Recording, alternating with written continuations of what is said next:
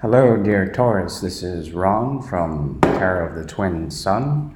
I will be doing your reading for July 2019. Currently working with the Aleister Crowley deck. It's the only deck I own, actually. And it's from 1986, a beautiful deck. Would like to go ahead and map out your 1579 configurations for the month of July, basically dealing with the first house, fifth house, seventh house, and ninth house energies and the influences of the sky on these. Also, we'll be building on connections that stem from the spiritual realm as it sort of reflects the celestial spheres and seeing how certain aspects of the first, the fifth, and the seventh, and the ninth house interrelate to create your own personal complexion, dear Taurus. We will be going through a bit of interesting energies, mostly Cancerian within the month of July.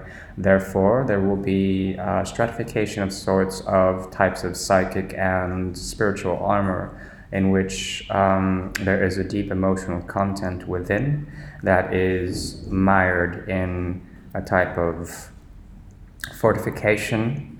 Boundaries will become very important after Gemini season. Anything that was created and manifest during Gemini season essentially will be of importance, and there will be an emotional depth to the what you sort of reaped, sowed and reaped in the months of Gemini and Cancer. So I will go ahead and start shuffling the cards.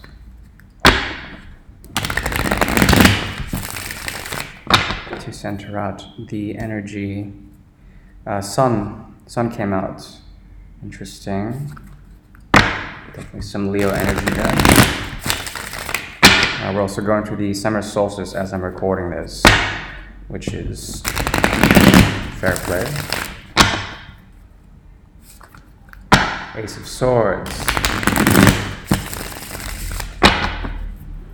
The Sun. Five of Swords. Certainly a lot of airy energy running through this.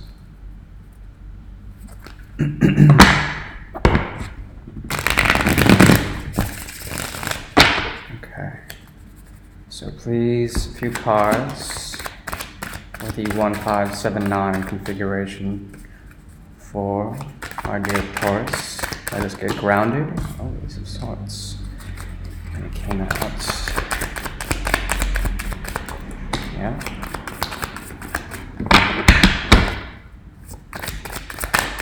Okay, interesting. So, we have 5 cards. And this is the 1, 5, 7, 9. And this is the bridge. Okay, Taurus, I am seeing an interesting way of coming across this month of July. It comes in the form of the Queen of Staves. The Queen of Staves is an interesting character in that she, out of all queens, has the most to give in terms of the content of passion in which you are coming across in the first house. Therefore, your aura and your subtle force that is around you is of a hidden fire. It may come across as quite red and quite exuberant. The kind of fire you, well, you might come across as a bit intimidating in a way. Not a bad thing. But it's because there is an intensity of fiery energy, perhaps Mars or perhaps some sun configuration that is working on your first house. Therefore, the way you may come across egoistically or within the realm of self-identification might influence the way your first impressions are with meeting new people, with being seen in public places, or the way upon first sight, you come across as someone who is in control, for one thing, but the control is actually masked by a very subtle force.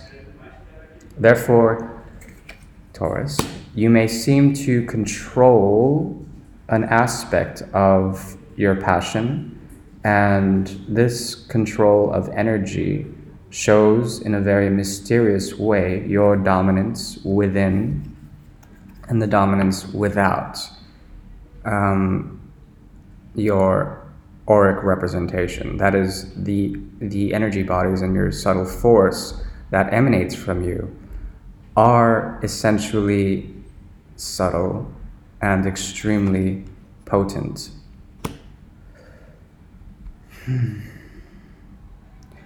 When dealing with your fifth house, you have the Ace of Swords.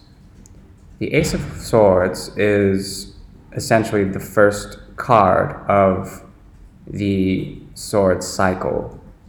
And this is about the crown of creation, which is seen as above, and its penetration by none other than the Ace of Swords. Now, the sword itself is quite interesting in that the gilding, the way the hilt is gilded and its handle is representing two slivers, two moons, crescent moons that are facing against each other. And behind that, the sort of explosion of the thought. This is the Eureka card. This is the moment of aha. And it seems to me that if placed in your fifth house, there is a propensity for newness. Newness that comes in the form of a great intelligence. Think schools of thought are broken and created anew. Think new philosophies come into play when you're dealing with issues of romance, or the way you produce mediums, or the way you generally think and interact with potential lovers, potential friends with any sort of benefit. There is also a feeling of breakthrough that connects, in a way, a deep reflection, almost narcissistic in a way, of the profound nature in which your creative aspects, the fifth house, are bringing in a new way to see and reflect yourself with new inner fire and determination. You come across as someone who has been through the minor cycles of rod energy, of stave energy, through that, and eventually coming into power. But the power is feminine. The power is has a sense of dominance. It is quite selective, and you choose to control how your ideas and your own sort of concepts that have to do with manifestation and creation, and bringing about essentially an interesting introspection that reflects not only the subtle forces of your mind and your heart and your intuition, but through the narcissistic lens of the reflective surface of the pond, create a very sort of deep connection between the way you represent yourself, the way you are seen, and the way your creations are seen. Okay, your creations are essentially seen with the Ace of Swords as something, as things that are quite new and quite pervasive in terms of their intellectual capacity, as well as their mental ability to sustain thought and representation. and it bleeds over. It connects on a level of emotion, on a level of intuition and creative force, your outer self. At the same time, something has happened. Something has happened with the way,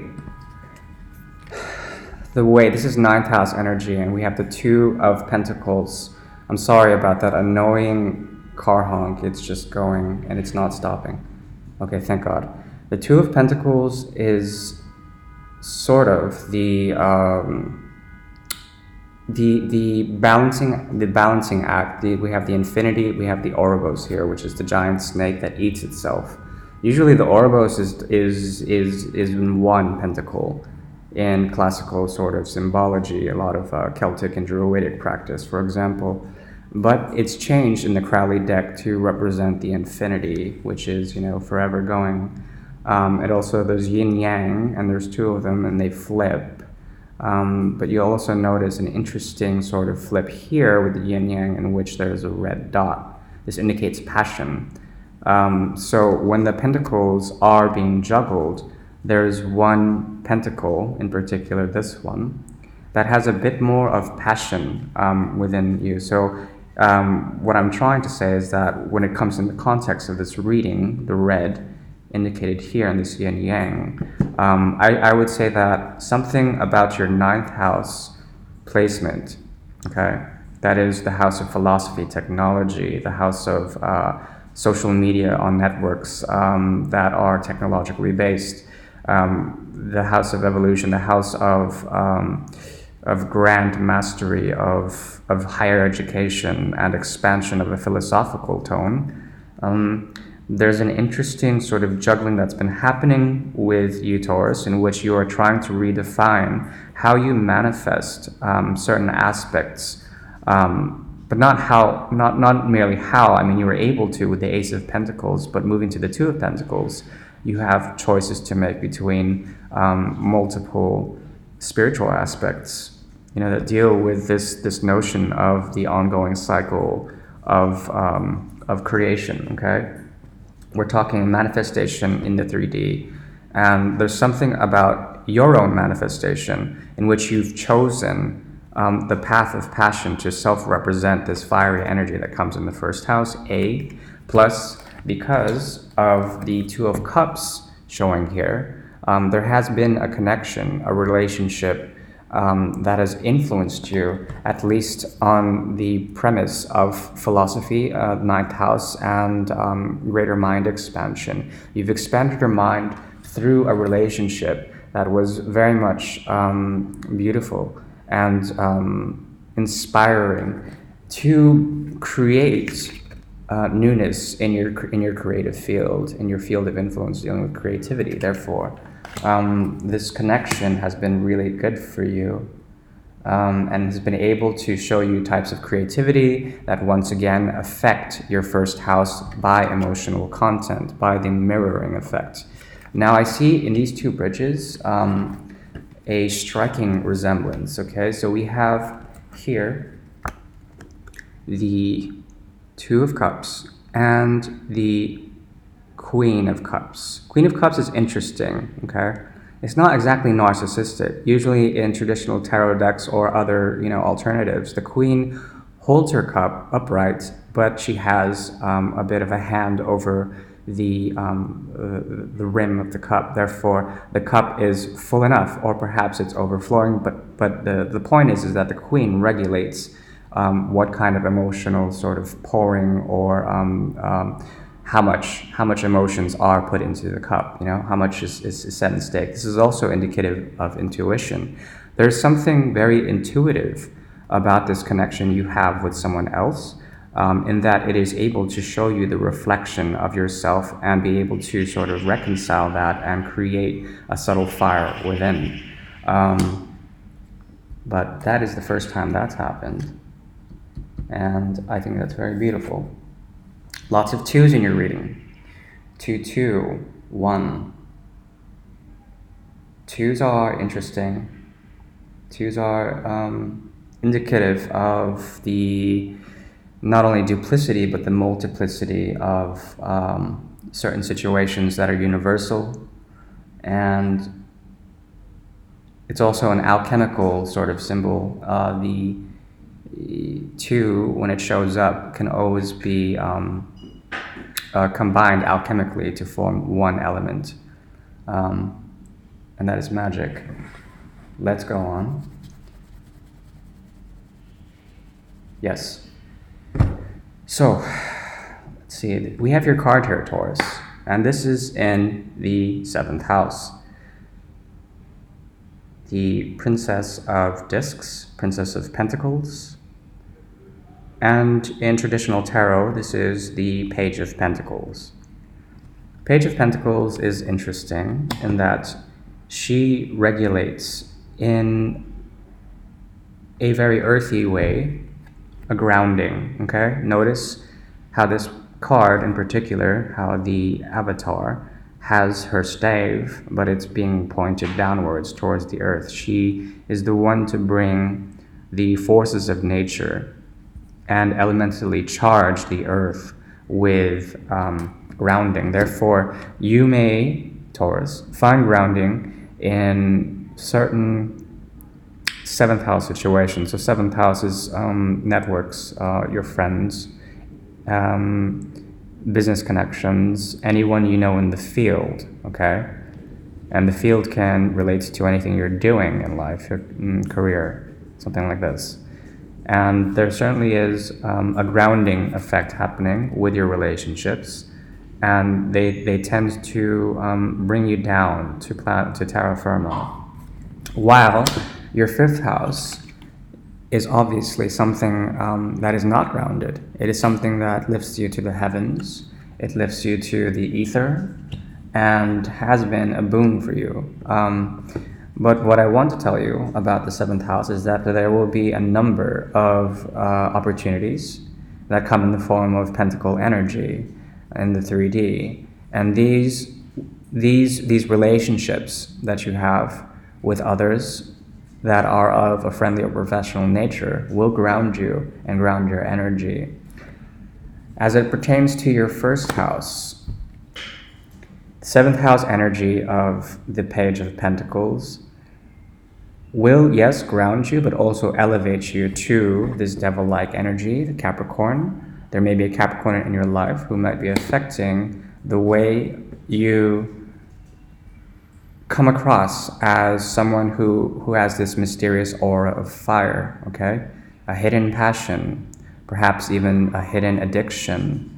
There may be something extremely sexual about this Capricornian energy, the devil energy, in that there are the lovers there, and they are below, but yet connected through an interesting manifestation. This is definitely earth energy. And there's something grounded within your friend and network situation that brings together a sense of social elevation or social status, and links your 1st house representation as a form of well, I want to call it dominance, okay?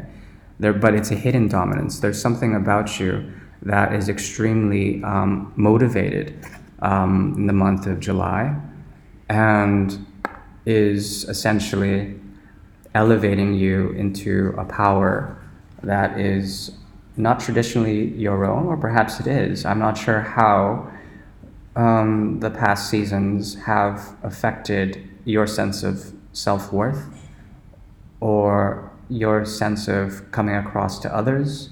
But there certainly is something about your networks that's elevating you, your friends, and your business associates, your colleagues. If you're going to school, any of your classmates or your professors will recognize the scaling aspect of the way you come across and the way you relate to others through this devil-like energy. So you may come across as a handsome devil. Let's move on. Yes. Another 7. And the first 7. We have here the 7 of Cups. 7 of Cups is all about delusion. It's very much Neptunian, Plutonian energy, and there is an element of too many choices, and certainly as it relates to your 7th and 9th houses, there is a difficulty in relating what you've learned and what you've been balancing in your philosophies, in your duplicities, in your multiplicities. There's certainly a difficult time reconciling your own personal philosophies because you're still trying to define them. But they are manifest. It's hard for you to share them with people, with other people. Therefore, there might be a blockage, an emotional blockage that may have to do and mirror with your own sort of self-representation and creativity. So you might have a strength in the actual way you come about and show others, especially lovers, and in a childlike way, being able to represent your artistic creations and the way you express yourself easy. However, it's hard for you to define what really makes you tick when it comes to your own higher philosophies, your expansion, the way you expand, the way you're expanding and creating a new way of living, orthodox or unorthodox. And it's hard for you to explain that because there's an emotional blockage that's not allowing you to be true to the way you represent yourself in communities. Though it is grounded and though it is ambitious, it is not sort of, that's why there's that secret fire about you. It's not totally, it doesn't burn with complete radiance. It is blocked by too many choices and too many options and too much emotional trauma linked to hierarchies of society and also your own personal philosophies in your 9th house. Fairly interesting. Now, the centering energy is the Knight of Cups. Knight of Cups is interesting, and this card comes up frequently in my readings. Usually it is a cup of offering, yet the offering is quite Cancerian. Therefore, we're in the season of Cancer in July. There certainly is an offer of love that is coming to you in a hidden way, in a subtle way, and this could point to friendship, but it also is unlike the King of Cups or the Queen of Cups of lesser value. It seems to me that yourself may come across as, and your selfhood may come across as more important than any other sort of romantic inclinations.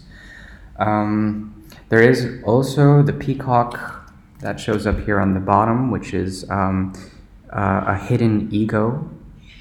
The peacock is probably one of the cockiest of the birds, and they're very territorial, and they make that loud noise when they shake their tail feathers, but they're one of the most extremely beautiful birds out there. And yeah, there's something about this Knight of Cups that I wish to reconcile, so I will go ahead and shuffle. Please, why is the Knight of Cups here in reverse? Why? Why is the Knight of Cups here in reverse? Okay, interesting. Yeah, okay. So here's the Chariot, and it came up as reverse. Now the Chariot indicates usually forward movement, but in this particular deck, it is sort of suspended, and it has a load of potential energy. Now the key word is potential. With this Knight of Cups, Cancer, Scorpio, Pisces, perhaps a Cancer energy, there is someone that is coming in with a gift of love. This could be in the form of a particular other. There also may be secret admirers that have the complexion of water, the water sign, that may be affecting you. Yet, because the wagon or the Chariot came up in reverse, there's a bit of suspension. and a bit more potential that is not really expressed in this offering of love. Okay, take that as you will. Your overall underscoring energy for this month is the Lovers. The Lovers is interesting. It's an interesting card. This indicates Gemini energy as well, so there might have been something that happened with this love offering that I'm not sure if you're totally sort of resonant with. It's not that you're rejecting it, but there certainly seems to be hidden motivations with this offering of love that stem from an even greater love story. And it's one that is very much affected your entire reading and has been on your mind and in your heart. One card that comes to mind is this bridge between your creativity and your philosophy. It seems to me that there is an activation of twin-like energy, and there's a relationship that you have that is very much encompassing the complexion of this entire reading. I could go on, but I think I will stop there, and I appreciate it. Please enjoy the month of July. Thank you very much, and please like, share, and subscribe.